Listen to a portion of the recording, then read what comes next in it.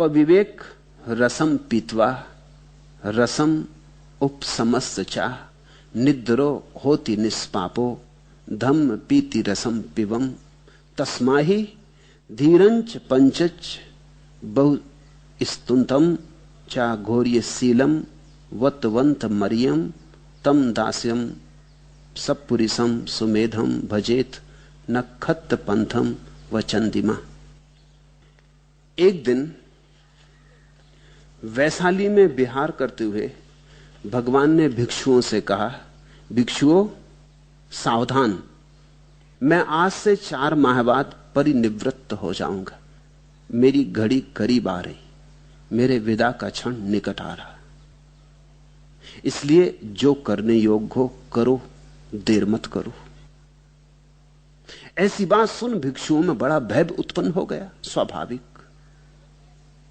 भिक्षु संघ महाविषाद में डूब गया।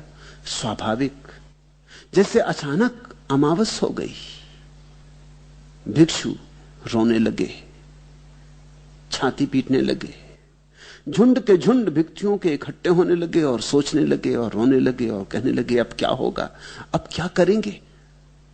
लेकिन एक भिक्षु थे, तिस्स स्थविर उनका नाम था। वे न तो रोए और न किसी से कुछ बात ही करते देखे गए। उन्होंने सोचा, शास्ता 4 माह के बाद पर निवृत्त होंगे और मैं अभी तक अवीतराग हूं, तो शास्ता के रहते ही मुझे अर्हतत्व पा लेना चाहिए। और ऐसा सोच वे मौन हो गए। ध्यान में ही समझ शक्ति उंडेलने लगे। उन्हें अचानक चुप हो गया देख भिक्षु उनसे पूछते, आवुस आपको क्या हो गया है? क्या भगवान के जाने की बात से इतना सदमा पहुंचा? क्या आपकी वाणी खो गई? आप रोते क्यों नहीं? आप बोलते क्यों नहीं? भिक्षु डरने भी लगे कि कहीं तिस्स स्थविर पागल तो नहीं हो गए। आघात ऐसा था कि पागल हो सकते थे। जिनके चरणों में सारा जीवन समर्पित किया हो, उनके जाने की घड़ी आ गई हो। जिनके सहारे अब तक जीवन की सारी आशाएं बांधी हो, उनके विदा का क्षण आ गया हो, तो स्वाभाविक था। लेकिन तिस्स जो चुप हुए सो चुप ही हुए, वो इसका भी जवाब ना देते, वो कुछ उत्तर ही ना देते। एकदम सन्नाटा हो गया। अंततः यह बात भगवान के पास पहुंची कि क्या हुआ है तिस्स स्थविर को। अचानक उन्होंने अपने को बिल्कुल बंद कर लिया, जैसे कछुआ समेट लेता अपने को और अपने भीतर हो जाता। ऐसा अपने को अपने भीतर समेट लिया है, यह कहीं कोई पागलपन का लक्षण तो नहीं। आघात कहीं इतना तो गहन नहीं पड़ा कि उनकी स्मृति खो गई है, वाणी खो गई है। भगवान ने तिस्स स्थविर को बुलाकर पूछा, तो तिस्स ने सब बात बताई, अपना हृदय कहा और कहा कि आपसे आशीर्वाद मांगता हूं कि मेरा संकल्प पूरा हो। आपके जाने के पहले तिस्स स्थविर विदा हो जाना चाहिए। मौत की नहीं मांग कर रहे हैं वो, ये तिस्स स्थविर नाम का जो अहंकार है, ये विदा हो जाना चाहिए। मैं अपना प्राणपण लगा रहा हूं, आपका आशीर्वाद चाहिए। अब ना बोलूंगा, ना हिलूंगा, ना डोलूंगा, क्योंकि सारी शक्ति इसी पर लगा देनी। 4 माह है, ज्यादा समय भी पास में नहीं। और आपने कहा भिक्षुओं सावधान हो जाओ और जो करने योग्य है करो। तो यही मुझे करने योग्य लगा कि ये 4 महीने जीवन की क्रांति के लिए लगा दूं, पूरा लगा दूं, इस पार या उस पार। लेकिन यह कहने को न रह जाए कि मैंने कुछ उठा रखा था, कि मैंने कुछ छोड़ दिया था, किया नहीं था। बुद्ध ने तिस्स भिक्षु को आशीर्वाद दिया और भिक्षुओं से कहा, भिक्षुओं जो मुझ पर स्नेह रखता है उसे तिस्स के समान ही होना चाहिए। यही तो है जो मैंने कहा था कि करो, जो करने योग्य है करो, सावधान, मैं 4 माह के बाद परिनिवृत्त हो जाऊंगा। रोने धोने से क्या होगा? रो धोकर तो जिंदगियां बिता दी तुमने। चर्चा करने से क्या होगा? झुंड के झुंड बना के विचार करने से और विषाद करने से क्या होगा? तुम मुझे तो ना रोक पाओगे, मेरा जाना निश्चित है। रो रो के तुम ये क्षण भी गंवा दोगे। आंसू नहीं काम आएंगे, नौका बना लो।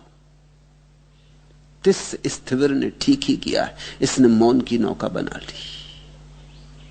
इसी मौन की नौका से कोई तिरता है, इसलिए तो हम साधु को मुनि कहते।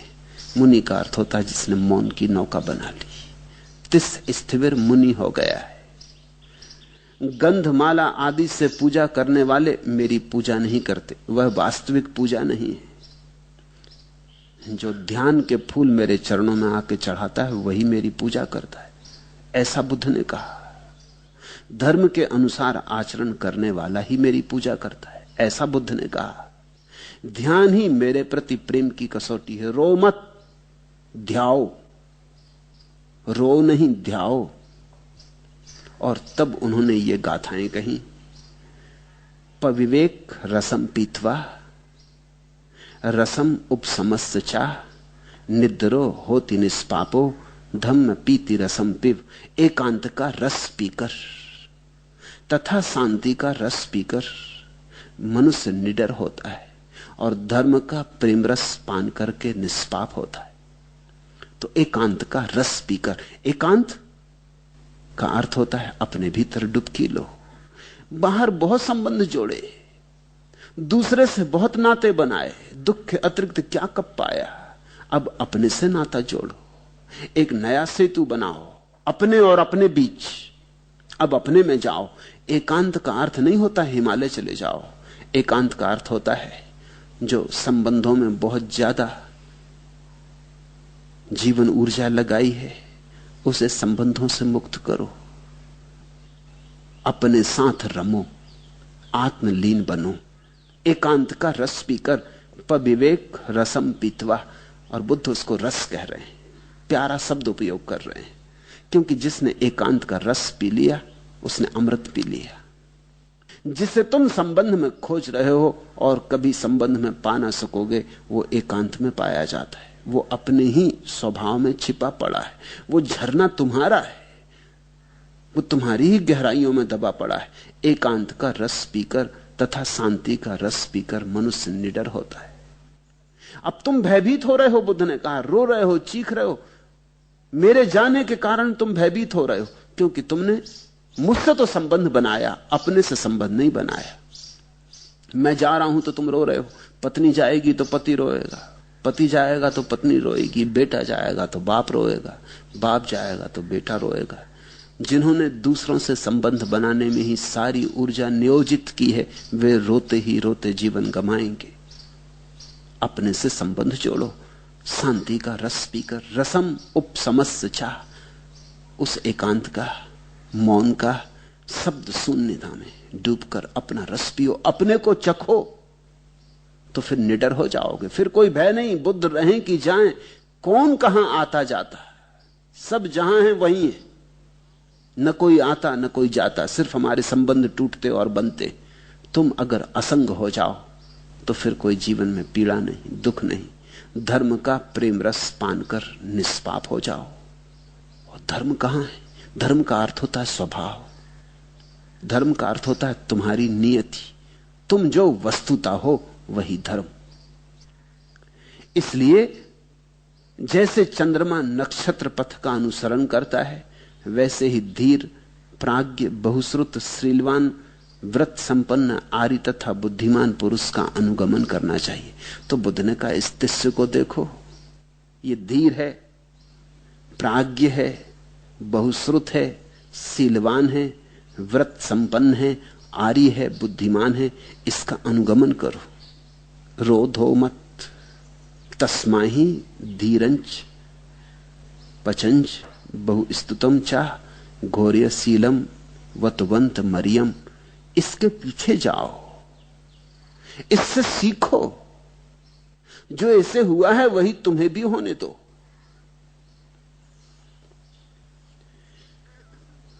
ये जो तिस स्थिविर कर रहा है, क्या कर रहा है? कोलाहल से काल की निद्रा नहीं टूटती, न धक्के मारने से समय का द्वार खुलता है। रचनात्मक समाधि के व्यूह में जाओ, नीरवता और शांति को सिद्ध करो। रात, अंधकार और अकेलापन शक्ति के असली उत्स हैं। रोशनी से बचो और लक्ष्य को अंधेरे में विद्ध करो। बाहर बहुत रोशनी है, इसलिए हम आंखें खोले बैठे रहते। बाहर बहुत रूप है, इसलिए हम आंखें खोले बैठे रहते। आंख बंद करते हैं तो भीतर अंधेरा है। रात, अंधकार और अकेलापन शक्ति के असली उत्स हैं। रोशनी से बचो और लक्ष्य को अंधेरे में विद्ध करो। जब कोई मौन हो जाता, ध्यान में डूबता, तो अपने ही गहन अंधेरे में डूबता है। तुमने देखा, वृक्ष की असली ऊर्जा आती जड़ों से जो अंधेरे में दबी। शक्ति के असली उत्स स्रोत अंधेरे में।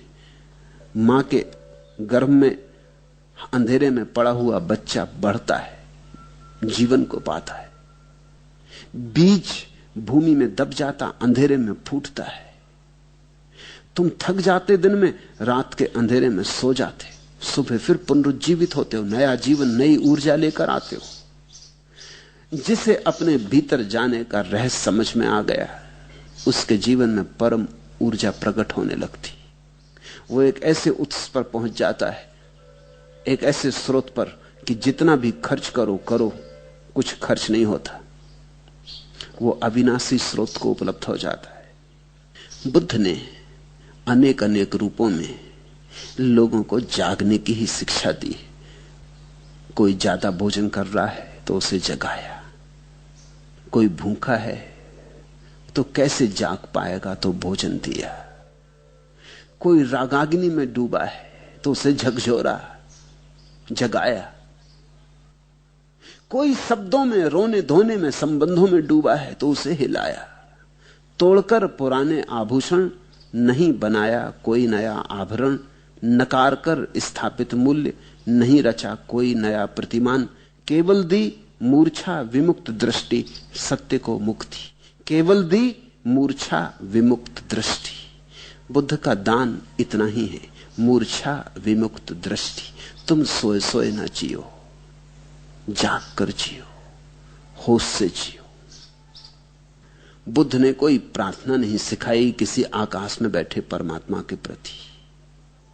न बुद्ध ने कहा भिखारी बन के मांगो, न बुद्ध ने कहा याचक बनो, हाथ फैलाओ किसी परमात्मा के सामने।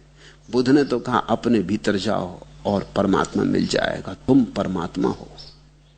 नहीं किसी याचक की प्रार्थना कि देवता पूरी करें कामना, नहीं किसी संत्रस्त की गुहार कि इंद्र करें रिपु का हनन, केवल नमन उनको जो अरिहंत, जो संत, भले ही उनका कोई धर्म कोई पंथ, मात्र समर्पण की वर्णमाला, एकमात्र मंत्र। एक बात, एकमात्र मंत्र सिखाया, समर्पण की वर्णमाला। कैसे तुम अपने अंतस्थल के केंद्र पर अपनी परिधि को समर्पित कर दो, कैसे तुम व्यर्थ को सार्थक पे समर्पित कर दो, कैसे तुम बाहर को भीतर पे समर्पित कर दो। मात्र समर्पण की वर्णमाला, एकमात्र मंत्र। और कोई मंत्र नहीं सिखाया बुद्ध ने। नहीं किसी याचक की प्रार्थना कि देवता पूरी करें कामना, नहीं किसी संत्रस्त की गुहार कि इंद्र करें रिपु का हनन, केवल नमन उनको जो अरिहंत, जो संत, भले ही उनका कोई धर्म कोई पंथ, मात्र समर्पण की वर्णमाला, एकमात्र मंत्र। अरिहंत शब्द बौद्धों का बहुमूल्य शब्द है। उसका अर्थ होता है जिसने अपने शत्रुओं पर विजय पा ली। और शत्रुओं का जो प्रधान है उसको बुद्ध ने प्रमाद कहा है, मूर्छा। जो जाग गया वो अरिहंत, जो जाग गया वही संत। फिर उसका क्या धर्म और क्या पंथ, इसका कुछ हिसाब रखने की जरूरत नहीं। जहां तुम्हें कोई अरिहंत मिल जाए, कोई संत मिल जाए, उसके पीछे चलो। जैसे चंद्रमा नक्षत्र पथ का अनुसरण करता है, वैसे ही धीर, प्राज्ञ, बहुश्रुत, सीलवान, व्रत संपन्न, आर्य तथा बुद्धिमान पुरुष का अनुगमन करना चाहिए। जहां संत मिल जाएं, उनकी छाया में उठो बैठो। जहां संत मिल जाएं, उनकी तरंगों में डूबो, उनका रस पियो। उनकी धारा में बहुत श्रोतापन्न बनो। ये छोटी छोटी कथाएं और इन कथाओं के मध्य में आए छोटे छोटे सूत्र तुम्हारे समग्र जीवन को रूपांतरित कर सकते, लेकिन मात्र सुनने से नहीं, गुनो करो। जैसा बुद्ध ने कहा ना कि भिक्षुओं, मैं आज से 4 माह बाद परिनिवृत्त हो जाऊंगा, इसलिए जो करने योग्य है करो। फिर बुद्ध 4 माह रहे तुम्हारे साथ,